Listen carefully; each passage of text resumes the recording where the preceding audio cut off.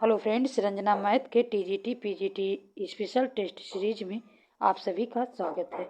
आज का हमारा डिस्कशन का टॉपिक भूगोल विशेष भू आकृति विज्ञान के अंतर्गत अपक्षय और अपरदन के प्रश्न से है। आज हम इनके प्रश्नों को देखेंगे। चलिए प्रश्न की ओर चलते हैं। आज का स्क्रीन पे पहला प्रश्न है, अपरदन की प्रक्रिया से विलयन के द्वारा पदार्थ का अपनयन या रिमूवल कहलाता है। ए अपघर्षण, बी सन्निघर्षण, सी संक्षारण, डी अधःपतन। इसका सही ऑप्शन है सी संक्षारण। अपरदन की प्रक्रिया में विलयन के द्वारा पदार्थ का अपनयन संक्षारण कहलाता है। संक्षारण की प्रक्रिया में जैसे नदी के बहते हुए जल के संपर्क में आने वाली चट्टान का घुलनशील पदार्थ से घुलकर शैल से अलग हो जाती है और यह जल के साथ मिल जाती है। ये तो हुआ संक्षारण। और वहीं सन्निघर्षण अगर कहें तो इस प्रक्रिया में नदी के साथ कंकड़ पत्थर आदि नदी के भार के रूप में चलते हैं। अगर नदी बह रही है और उसमें ये तमाम चीज़ें मिल जा रही हैं तो उसका भार अधिक हो जाएगा, उसका रास्ता धीरे धीरे अवरुद्ध होता जाएगा। तो ये नदी घाटी के किनारे तथा तली में घर्षण, जब ये घाटी और तली में रगड़ खा करके घर्षण करेंगे तो वहाँ पर घाटी चौड़ी होती जाएगी, जिससे उसमें टूट फूट की क्रिया होती रहती है। और इसके आपस में रगड़ने और घर्षण करने की क्रिया को सन्निघर्षण कहते हैं। तो नेक्स्ट क्वेश्चन है, बृहद हिमालय में निम्नलिखित में से किस प्रकार का अपक्षय आमतौर पर प्रबल है? ए शैलखंड विघटन, बी स्क्री निर्माण, सी विसल्कन एक्सफोलिएशन, डी कणकीय विघटन। इसका सही ऑप्शन है शैलखंड निर्माण। बृहद हिमालय में शैलखंड विघटन आमतौर पर प्रबल रहता है। इस हिमालय के आंतरिक भाग में आर्कियन शैलों तथा सिरे से घिरे पार्श्व भाग अवसादी शैल से निर्मित होते हैं। और हम आपको बता दें कि बृहद हिमालय की औसत ऊंचाई 6100 मीटर है। 6100 मीटर है। और यह हिमालय बृहद हिमालय नंगा पर्वत से लेकर के नामचा बरवा पर्वत तक 25 किलोमीटर की लंबाई में एक चाँप की तरह फैला हुआ है। तो नेक्स्ट इसका सही ऑप्शन ए है। नेक्स्ट क्वेश्चन है, निम्नलिखित में से कौन रासायनिक अपक्षय की प्रक्रिया नहीं है? यहाँ ध्यान देने वाली बात है कि रासायनिक अपक्षय की प्रक्रिया नहीं है। ए कार्बोनेशन, बी अपदलन, इसे हम अपरणन भी कहते हैं।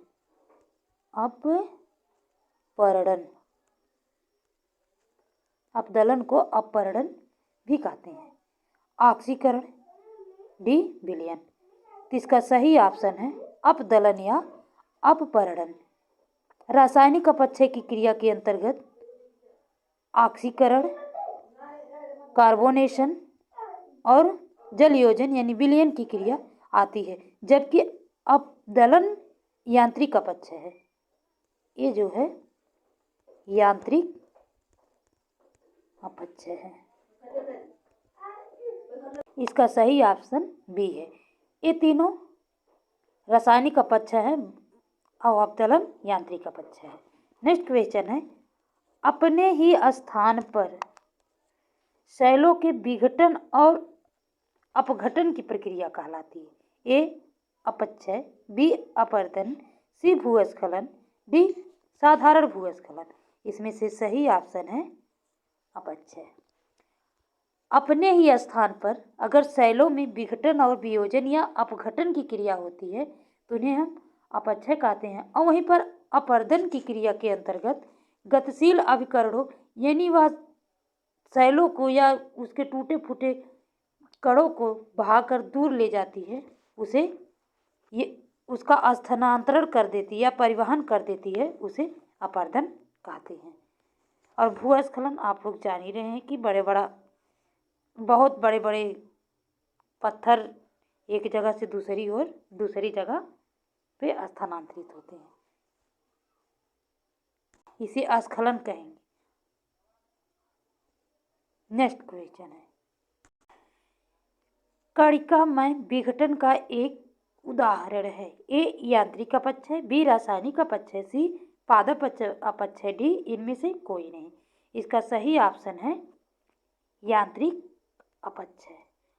कणिकामय में जैसे चट्टानें विभिन्न खनिजों के द्वारा निर्मित होती हैं और उनके विभिन्न भाग में ताप ग्रहण करने की क्षमता भी क्या होती है, अलग अलग। अगर उनके ताप ग्रहण करने की क्षमता अलग अलग होगी तो उनमें फैलाव और सिकुड़न की क्रिया भी अलग अलग होगी। इन्हीं के द्वारा ये चट्टानें छोटे छोटे टुकड़ों में विघटित हो जाती है और इसी को हम कणिकामय विघटन कहते हैं।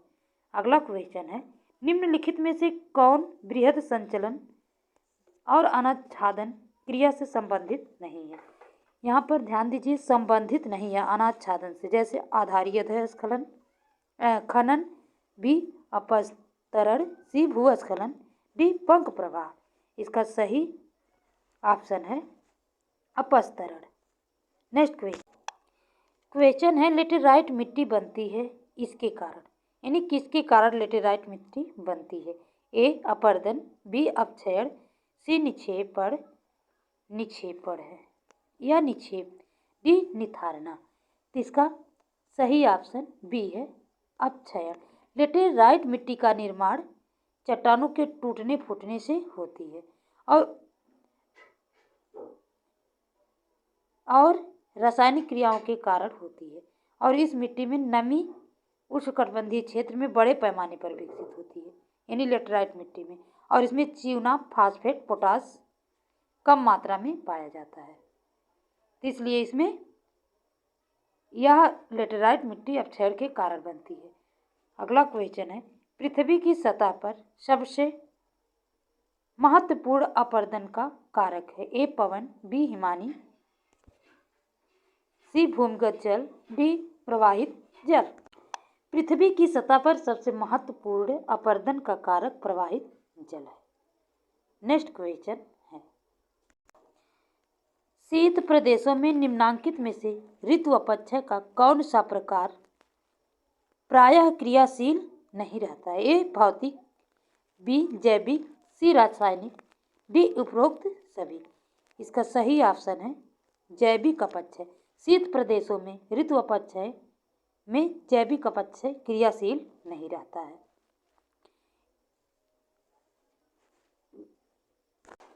अगला क्वेश्चन है, निम्नलिखित में से कौन रासायनिक अपक्षय नहीं है।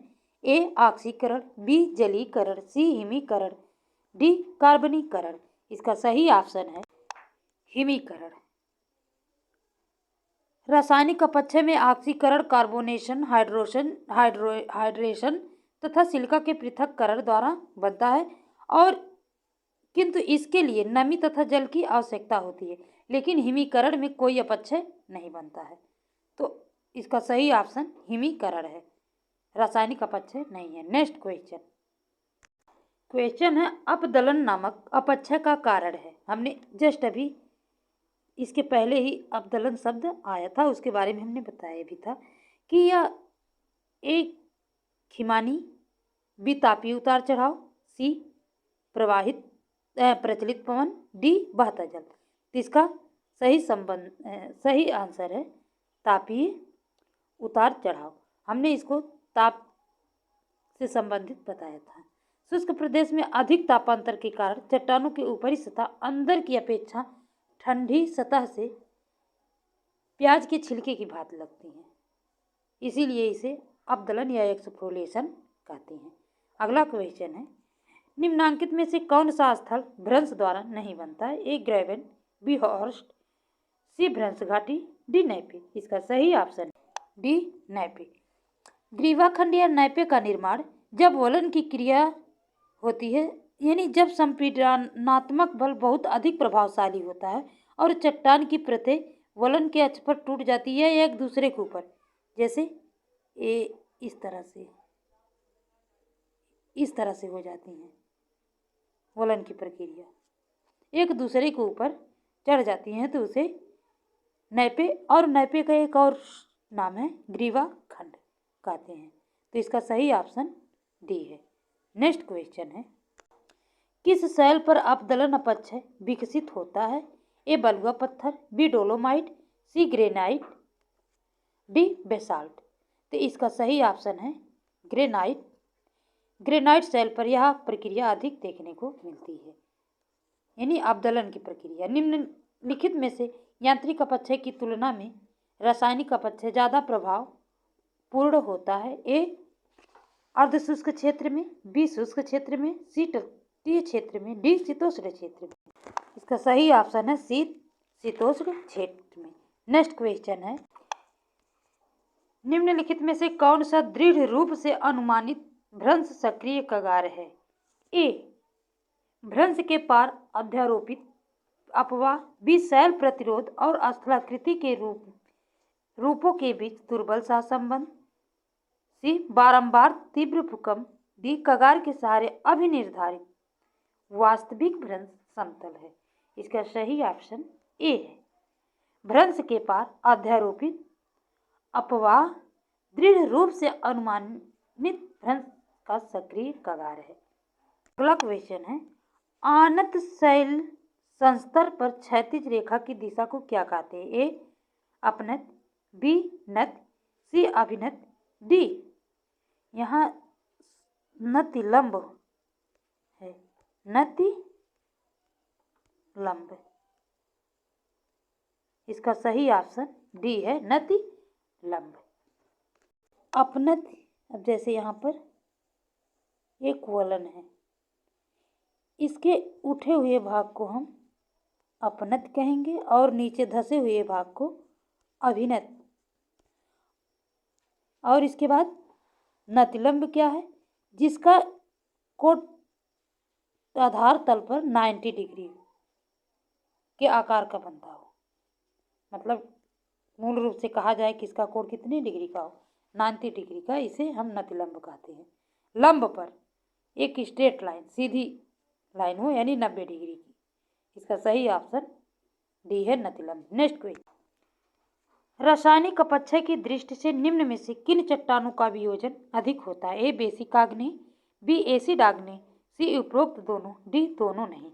इसका सही ऑप्शन ए है, बेसिक आग्नेय। जब आग्नेय चट्टान में सिलिका की प्रतिशत मात्रा 45 से 60 हो जाती है, यानी 60% तक हो जाती है, तो इसे बेसिक शैल कहते हैं।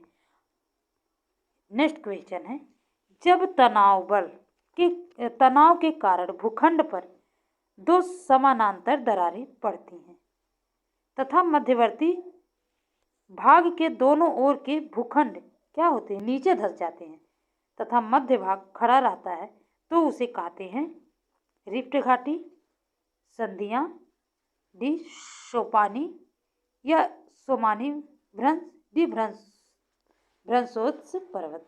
इसका सही ऑप्शन है भ्रंशोत्स पर्वत।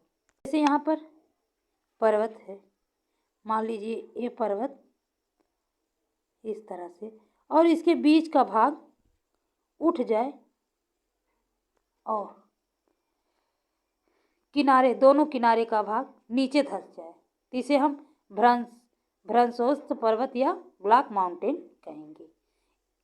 इनका ढाल एकदम खड़ा एवं शिखर की भांति समतल होता है। जैसे ब्लैक पर्वत में है ब्लैक फॉरेस्ट, यूरोप में वासेज और ब्लैक फॉरेस्ट। नेक्स्ट क्वेश्चन, विश्व की सबसे लंबी रिफ्ट घाटी है? ए भारत की नर्मदा घाटी, बी दक्षिण कैलिफोर्निया की डेथ वैली, सी जॉर्डन, ये वाला क्वेश्चन है, नदी घाटी, डी दक्षिण ऑस्ट्रेलिया की स्पेंसर की खाड़ी।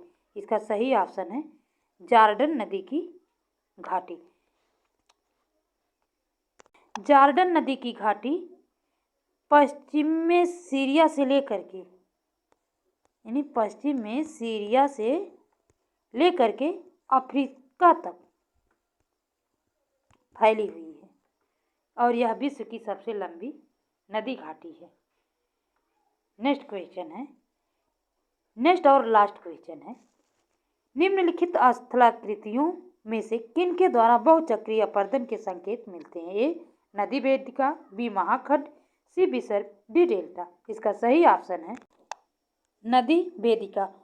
न बहुचक्री चक्रिक अपरदन के संकेत नदी वेदिका में मिलते हैं और इनके स्थलाकृत में है निक पॉइंट, स्थलाकृतिक विसंगत, युगल वेदिका, अधःकर्तित विसत और उत्थित संप्राय मैदान। तो आज हम बस इतने ही क्वेश्चन। एक बात और है, आप थियरी इंद्रेश से पढ़िए और मुझसे क्वेश्चन सॉल्व करते रहिए। धन्यवाद।